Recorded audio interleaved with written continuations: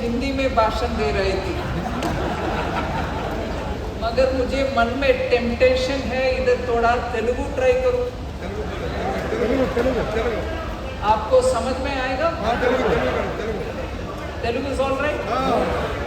आई mix Kannada bit, ठीक है? इससे पहले సారీ ఇందుకు ముందు మాట్లాడిన వాళ్ళందరూ చెప్పారు, నేను కళ్యాణ కర్ణాటకలో దగ్గర 7 జిల్లాల్లో ఇట్లాంటి ఫుడ్ ప్రాసెసింగ్ యూనిట్ పెట్టబోతున్నాను.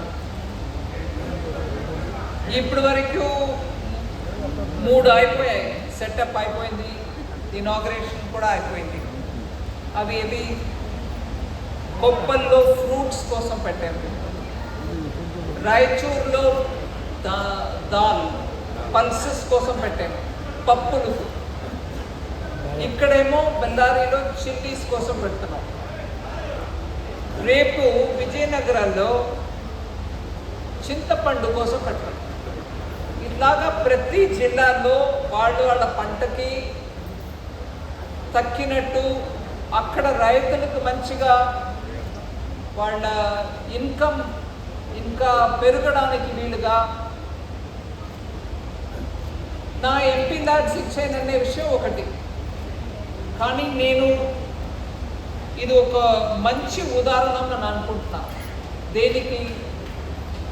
కేంద్ర ప్రభుత్వం, రాష్ట్ర ప్రభుత్వం, జిల్లా అధికారులు, అది కాకుండా ఐటీసీ లాంటి పెద్ద ప్రైవేట్ సంస్థ అందరూ కలిసికట్టుగా వచ్చి ఇక్కడ ఏ రకంగా ఇబ్బంది ఎవరికూ లేకుండా ఒక 2.5 కోట్ల రూపాయలు ముందు డబ్బు పెట్టేసి మంచి ఎక్విప్మెంట్ తెప్పించి రైతులకి వాళ్ళ పంటకి ఉపయోగంగా ఉండాలనే కార్యక్రమం ఇది. బెల్లారిలో మిరపకాయ పర్వాలేదు, నా తెలుగు మీకు అర్థం అవుతుంది. అందువల్ల ఈ ప్రోగ్రాంకి ముందుగా పబ్లిక్ మీటింగ్కి ఉన్నటువంటి మర్యాదలు చెల్లించాలి. కాబట్టి ఈ Siruguppa assembly constituency MLA Shri Nagaraja గారికి, అలాగే Ballari elected local bodies MLC YM Satish అవరికి, అలాగే ఎలక్టెడ్ ఎమ్మెల్యేస్ ద్వారా ఎమ్మెల్సీగా ఎలక్ట్ అయిన రవికుమార్ గారికి, నబార్డ్ అధికారి నాతో వచ్చిన నబార్డ్కి బాస్ షాజీ ఎవరికి, అలాగే చైర్మన్ ఐటీసీ. మనకు చాలా ముఖ్యం, ఎంత క్వాలిటీ పంట మనం ఉత్పాదన చేసినా మార్కెట్ దొరకక మీరు ఇప్పుడు ఆ వీడియోలో చూసినట్టు మీరు ఇక్కడి నుంచి హావేరి వెళ్ళాల్సి వచ్చింది మీ చింతపండుని మీ మిరపకాయని అమ్మడానికి. కానీ మీరు ఉన్న ఊర్లోనే ఉంటూ మీ మిరపకాయ కాకుండా చిల్లీ ఫ్లేక్సో చిల్లీ పౌడరో ఇక్కడికిక్కడే విదేశాల్లో కావాల్సిన తరం అంటే ఆ స్టాండర్డ్లో తయారు చేసి మీ దగ్గర నుంచి తెప్పించుకొని మీకు మంచి డబ్బు ఇచ్చి లోకవ్యాప్తంగా భారతదేశం పూర్వగా లేదు, కర్ణాటక ఒక చోట్లేను, ఎక్కడైనా మార్కెట్ చేయడానికి ఆ బాధ్యతని తీసుకున్న ఐటీసీ వారు సంజీవ్ పూరి వారికి, అలాగే ఈ విషయంలో నేను చెప్పినట్టు రాష్ట్ర ప్రభుత్వం కూడా మనకు మంచి సహకారం ఇచ్చి ఆ భూమి ఇచ్చారు, దాని మీద కన్స్ట్రక్షన్ మనం చేసాము. దానికి లోకల్గా అధికారులు మనకు మంచి కోఆపరేషన్ ఇచ్చారు.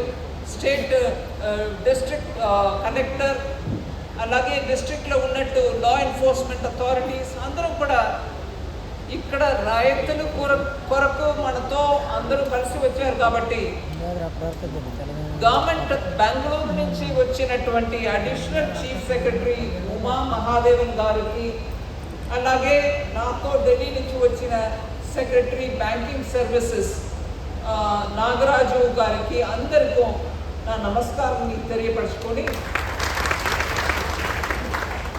మనతో మొన్నటి నుంచి ఒక్కొక్క కార్యక్రమంలో భాగస్వామ్యంగా ఉన్న మీడియా సోదరాలు అందరికీ, ఎందుకంటే ఇప్పుడు మనం ఇక్కడ ఒక చిన్న గ్రామంలో వచ్చి ఇట్లాంటి ఒక కార్యక్రమం నడుపుతున్నాం. కానీ ఆ కార్యక్రమాన్ని రాష్ట్ర వ్యాప్తంగా, దేశవ్యాప్తంగా తీసుకెళ్ళి ఇక్కడ జరిగేది ఏంటి, రైతుల గురించి మన ప్రధాని గారు నరేంద్ర మోదీ గారు ఎప్పుడు పడితే మాట్లాడతారు. వాళ్ళకి ఏం చేయాలి, బడ్జెట్ ప్రతిసారి ప్రిపేర్ చేసే ముందు నువ్వు ముందుగా రైతులకు ఏం చెప్తున్నావు అని చెప్పు నాకు అంటారు. వాడికి ఏం స్కీమ్ తీసుకొస్తున్నావు అని చెప్పు, వాడికి దానివల్ల డైరెక్ట్గా డబ్బు పోతుందా, డైరెక్ట్గా బెనిఫిట్ పోతుందా అది కూడా చెప్పు. అట్లా ప్రతి సంవత్సరం కూడా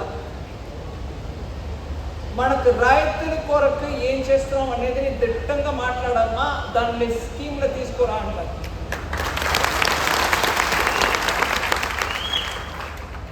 ఇప్పటి అలాగే ఫిబ్రవరిలో బడ్జెట్ 25 ఫిబ్రవరిలో ఈ రాబోయే 12 నెలల కోసం చేసిన బడ్జెట్ టైంలో కూడా అదే, దానికి వరల్డ్ బ్యాంక్ ద్వారా డబ్బు తెప్పించి ప్రోగ్రామ్కి ఇవ్వాలి అని చెప్పి దాన్ని ప్లాన్ చేస్తాం. 100 జిల్లాల్లో, దేశవ్యాప్తంగా 100 జిల్లాల్లో ఒక మంచి స్కీమ్ తీసుకొచ్చారు. అది ఒక 10 రోజుల క్రితం లాంచ్ కూడా అయింది. ఏంటంటే ప్రధాన్ మంత్రి కృషి ధన ధాన్య యోజన.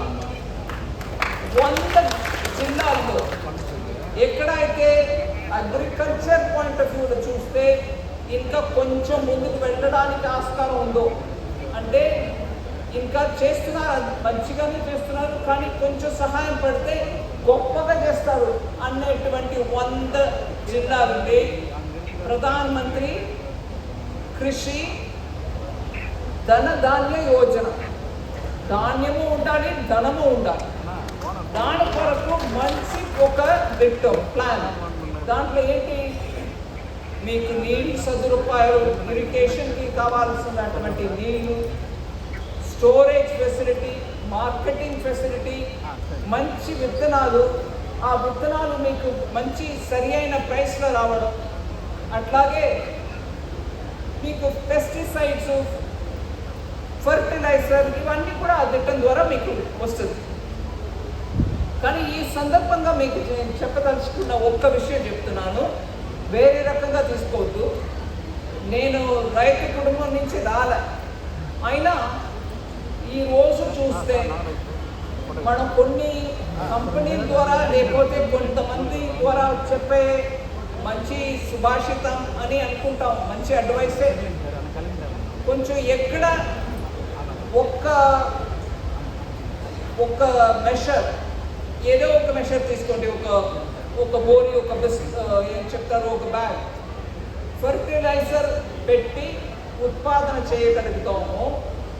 అక్కడ ఏదో రకంగా ఎవరో చెప్తున్నారు, ఎందుకన్నా మంచిది, ఏ రిస్క్ మనకు ఉండకూడదు అనే ఆ ధోరణిలో మనం ఒక్క యూనిట్స్ పెట్టవలసిన చోట్ల 3-4 యూనిట్ పెట్టేస్తున్నాం. అందువల్ల